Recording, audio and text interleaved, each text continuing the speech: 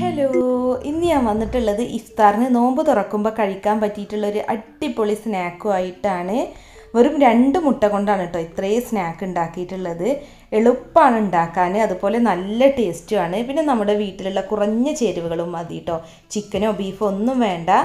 അപ്പോൾ സ്നാക്ക് ഉണ്ടാക്കാൻ വേണ്ടിയിട്ട് ഒരു കടായി ചൂടാക്കിയിട്ട് അതിലോട്ട് 2 ടേബിൾ സ്പൂൺ വെളിച്ചെണ്ണ ചേർത്തിട്ടുണ്ട്.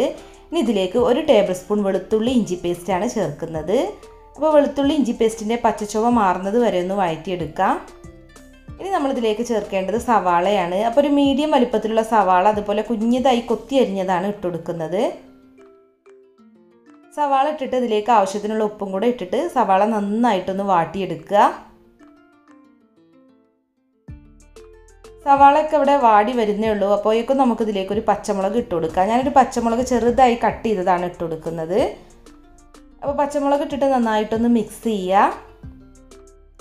സവാളയൊക്കെ വാടിയിട്ടുണ്ട്. ഇനി ഇതിലേക്ക് 1/4 ടീസ്പൂൺ മഞ്ഞൾപ്പൊടി, 1 ടീസ്പൂൺ മുളക് പൊടി, പിന്നെ 1/2 ടീസ്പൂൺ കുരുമുളക് പൊടി, പിന്നെ ഗരം മസാല ഒരു പിഞ്ച് ചേർക്കുന്നുണ്ട്.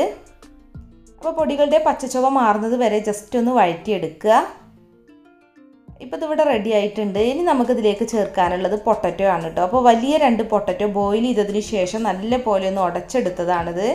ചെറുതൊക്കെയാണെന്നുണ്ടെങ്കിൽ, അതായത് മീഡിയം വലിപ്പത്തിലുള്ളതൊക്കെ ആണെന്നുണ്ടെങ്കിൽ 4 എണ്ണമൊക്കെ എടുക്കേണ്ടി വരും കേട്ടോ. അപ്പോൾ പൊട്ടറ്റോയിലേക്ക് ആവശ്യത്തിനുള്ള ഉപ്പും കൂടെ ഇട്ട് കൊടുക്കാം. പിന്നെ മല്ലിയിലയാണ് ചേർക്കുന്നത്. അപ്പോൾ 2 ടേബിൾ സ്പൂൺ മല്ലിയില പൊടിയായി അരിഞ്ഞതാണ് ഇട്ട് കൊടുക്കുന്നത്. ഇനി ഇതെല്ലാം കൂടി നന്നായിട്ടൊന്ന് മിക്സ് ചെയ്തെടുക്കുക.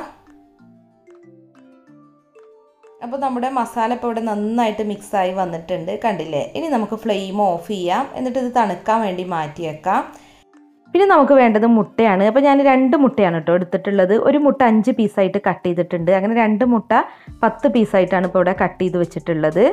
ഇതുപോലെ വട്ടത്തിലൊന്ന് കട്ട് ചെയ്താൽ മതി. ഇനി ഒരു ബൗളിലേക്ക് 2 ടേബിൾ സ്പൂൺ മൈദ എടുത്തിട്ടുണ്ട്. പിന്നെ അതിലേക്ക് ആവശ്യത്തിനുള്ള ഉപ്പും കൂടെ ഇട്ട് കൊടുക്കുക. ഉപ്പിട്ടിട്ട് മിക്സ് ചെയ്തിട്ട് നമ്മളിതിലേക്ക് വെള്ളം ഒഴിച്ചിട്ട് ഒരു ബാറ്ററാക്കി കലക്കിയെടുക്കണം. നമ്മൾ ഉണ്ടാക്കുന്ന സ്നാക്ക് ഡിപ്പ് ചെയ്യാൻ വേണ്ടിയിട്ടാണ് കേട്ടോ. നല്ല തിക്കും അല്ല നല്ല ലൂസും അല്ലാത്തൊരു കൺസിസ്റ്റൻസി ആയിട്ടാണ് നമ്മൾ ബാറ്റർ ഉണ്ടാക്കിയെടുക്കേണ്ടത്. അപ്പം നമ്മുടെ സ്ലറി ഇപ്പോൾ ഇവിടെ റെഡി ആയിട്ടുണ്ട്, കണ്ടില്ലേ? ഈ ഒരു കൺസിസ്റ്റൻസിയിൽ കേട്ടോ. അപ്പോൾ നമുക്ക് ഇതൊരു സൈഡിലോട്ട് മാറ്റി വെക്കാം. പിന്നെ നമുക്ക് വേണ്ടത് ബ്രെഡ് ക്രംസ് ആണ്. നമുക്ക് കോട്ട് ചെയ്യാൻ വേണ്ടിയിട്ട് ഞാനിവിടെ കുറച്ച് ബ്രെഡ് ക്രംസ് എടുത്ത് വെച്ചിട്ടുണ്ട്. അപ്പോൾ ഇത് ബ്രെഡൊക്കെ അരികുവശം കട്ട് ചെയ്ത് മാറ്റുന്നത് ഒന്ന് മിക്സിയിലിട്ട് പൊടിച്ചതിന് ശേഷം വറുത്തെടുത്തതാണ് കേട്ടോ. അപ്പോൾ നമ്മുടെ മസാല ഇവിടെ നന്നായി തണുത്തിട്ടുണ്ട്. ഇനി ഇതിൽ നിന്ന് കുറച്ചെടുത്തിട്ട് ചെറിയൊരു ബോൾസ് ആക്കിയിട്ട് നമ്മുടെ കൈവെള്ളയിൽ വെച്ചിട്ടൊന്ന് പരത്തുക. നല്ല തിന്നായിട്ട് പരത്തിയാൽ മതി കേട്ടോ, കട്ടിയിൽ പരത്തണം എന്നൊന്നുമില്ല. അപ്പോൾ ഒരെണ്ണം ഇവിടെ എടുത്തിട്ടുണ്ട്. അപ്പോൾ ഒരു സ്നാക്ക് ഉണ്ടാക്കാൻ നമുക്ക് 2 എണ്ണം ഇതുപോലെ ഉണ്ടാക്കിയെടുക്കണം കേട്ടോ. അപ്പോൾ ഇതുപോലെ തന്നെ ഇനി ഒരെണ്ണം കൂടി ഉണ്ടാക്കിയെടുക്കാം. ഒരേ അളവിൽ ഉണ്ടാക്കിയെടുത്താൽ മതി.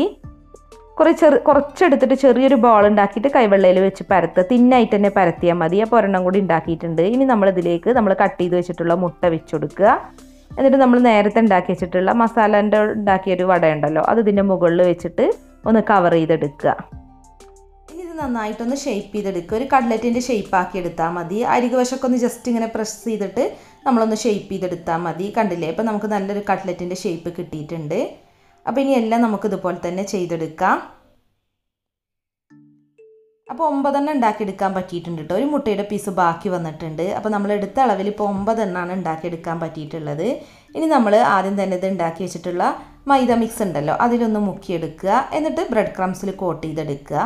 അപ്പോൾ നമുക്ക് വേണമെന്നുണ്ടെങ്കിൽ ഒരു പ്രാവശ്യം ഇങ്ങനെ ചെയ്യാം. ഞാനിപ്പോൾ ഡബിൾ കോട്ടിങ് ചെയ്യുന്നുണ്ട് കേട്ടോ.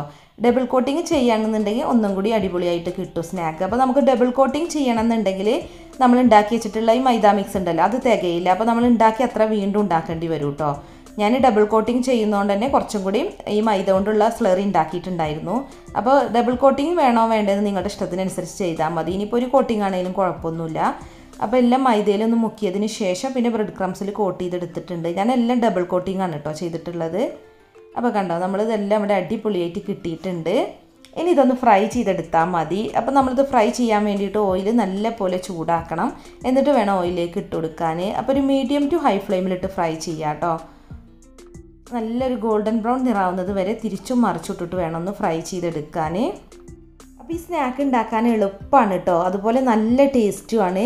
നമ്മുടെ വീട്ടിലുള്ള ചേരുവകൾ മാത്രം മതിയല്ലോ ഇത് ഉണ്ടാക്കാൻ, അല്ലാതെ ചിക്കനോ ബീഫോ ഫിഷോ ഒന്നും വേണ്ട.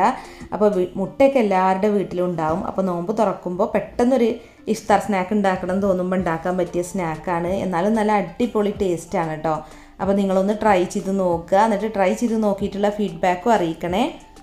അപ്പോൾ നമ്മുടെ ചാനലിൽ ഇപ്പോൾ ഗിവ് അവേ നടക്കുന്നുണ്ട് അല്ലേ. നമ്മുടെ ചാനലിന് 3 ലക്ഷം സബ്സ്ക്രൈബേഴ്സ് ആവുന്ന അന്ന് വിജയെ തിരഞ്ഞെടുത്തിട്ട് ഓവനാണ് സമ്മാനമായിട്ട് നൽകുന്നത്. മാഷാ അല്ലാ, മിക്കവാറും ഇന്ന് തന്നെ നമുക്ക് 3 ലക്ഷം സബ്സ്ക്രൈബേഴ്സ് ആവും. അപ്പോൾ നമുക്ക് വിജയെ തിരഞ്ഞെടുത്തിട്ട് ഓവൻ സമ്മാനമായിട്ട് നൽകണം. അപ്പോൾ ഇത്രയും കാലം നമ്മുടെ ചാനലൊക്കെ കണ്ട് സപ്പോർട്ട് ചെയ്ത് എല്ലാവർക്കും ഒരുപാട് നന്ദിയുണ്ട് കേട്ടോ. അപ്പോൾ വീണ്ടും സപ്പോർട്ട് ചെയ്യുക. അപ്പോൾ ഇനിയും നല്ല അടിപൊളി ഇഫ്താർ റെസിപ്പികളും അതുപോലെ ഈദ് റെസിപ്പികളൊക്കെ ആയിട്ടാണ് നമ്മുടെ ചാനലിൽ വീഡിയോസ് വരിക. അപ്പോൾ എല്ലാവരും കാണുക, സപ്പോർട്ട് ചെയ്യുക. പിന്നെ ചാനൽ സബ്സ്ക്രൈബ് ചെയ്യാതെ കാണുന്നവരുണ്ടെങ്കിൽ ഒന്ന് സബ്സ്ക്രൈബും കൂടെ ചെയ്യുക കേട്ടോ.